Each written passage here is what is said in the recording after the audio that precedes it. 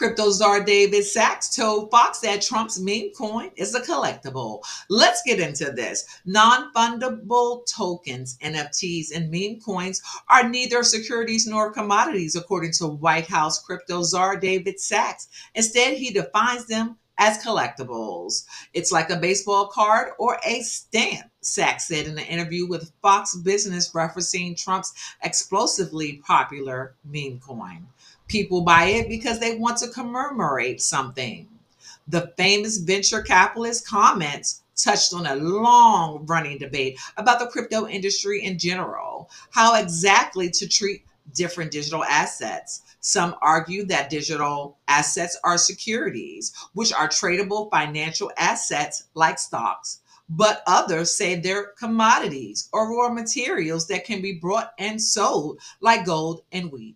The classification differences have vast regulatory implications. There's a few different categories here, so defining the market structure is important, said Sachs. There's already a legal definition of collectibles under the US tax code, which applies to things like art and antiques. But there is no market regulations that apply to collectibles under US securities law, according to Joe Hall, a capital law attorney and partner at Davis Polk. He's quick to point out that just because Sachs publicly called meme coins and NFTs collectibles, that doesn't change their legal status. But that adds that Sachs' comment suggests a viewpoint that it would not be appropriate to regulate these things the way we regulate securities. Despite kicking off a flurry of questions about how crypto assets will be defined moving forward, Sachs ended his interview by saying he hoped the new regulatory environment under Trump will drive crypto businesses back to the US. What the industry wants more than anything else is regulatory clarity. So they're trying to get regulatory clarity for everything, and I'm happy to hear that. Here, I'm showing you on screen a project that I participated in.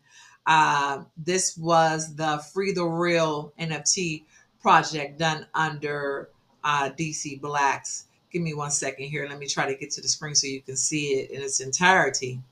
And we did this project back in 2020, and we halted it because there was not regulatory clarity. We did have major support for it. We created it, as you can see, in December of 2021. My apologies. And NFT projects should always have a mission statement, and something that was fun because we knew that this was a collectible NFT project. So it was general population project Free the Real.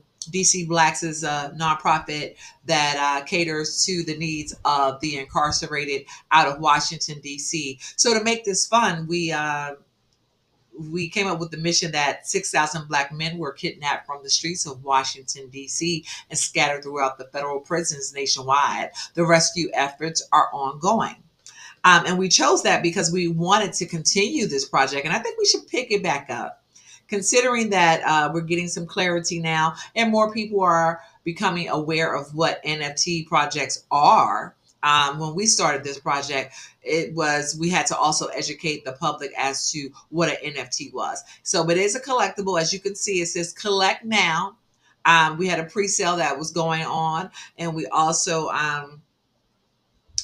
you could purchase it under the Polygon chain. So there were 6,000 of these NFTs that are made. They were going to be released at several different points throughout the project. The roadmap had everything from Native Washingtonians who were well known in the city. You could collect their NFTs. We also wanted to do things like use the NFTs to pay for some of the merchandise that we were selling, and also some of the events that we were going to be holding. So this is something that I think we should pick back up because now things are starting to pick up with NFTs and people are becoming more aware and they're starting to understand what they are. So I appreciate the fact that David Sachs went on Fox and explained what an NFT project is. And that the president's NFT project was not a security. I am elated to see people jump back into this space, not only for the artists, but also for small businesses that can use NFTs to engage with their customers. So I am T Short. This is the Awareness District. Thank you again for tuning in. I hope you're finding this information helpful. And please like, subscribe, share, tell a friend, turn on your notifications, and I'll see you again. Although the ultimate appeal may be to Allah, there is a great deal of very practical capitalistic energy being directed toward the solution of everyday economic problems.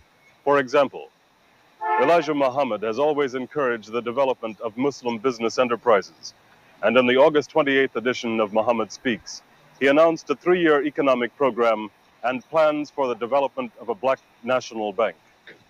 We should try to save, if it's nothing but a nickel a day, in something like a national savings to help fight poverty and want among us.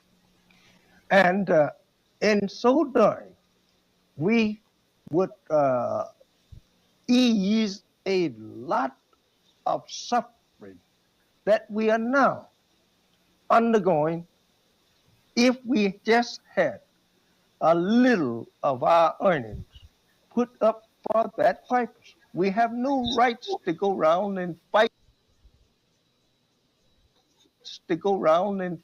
the white man to move in certain areas.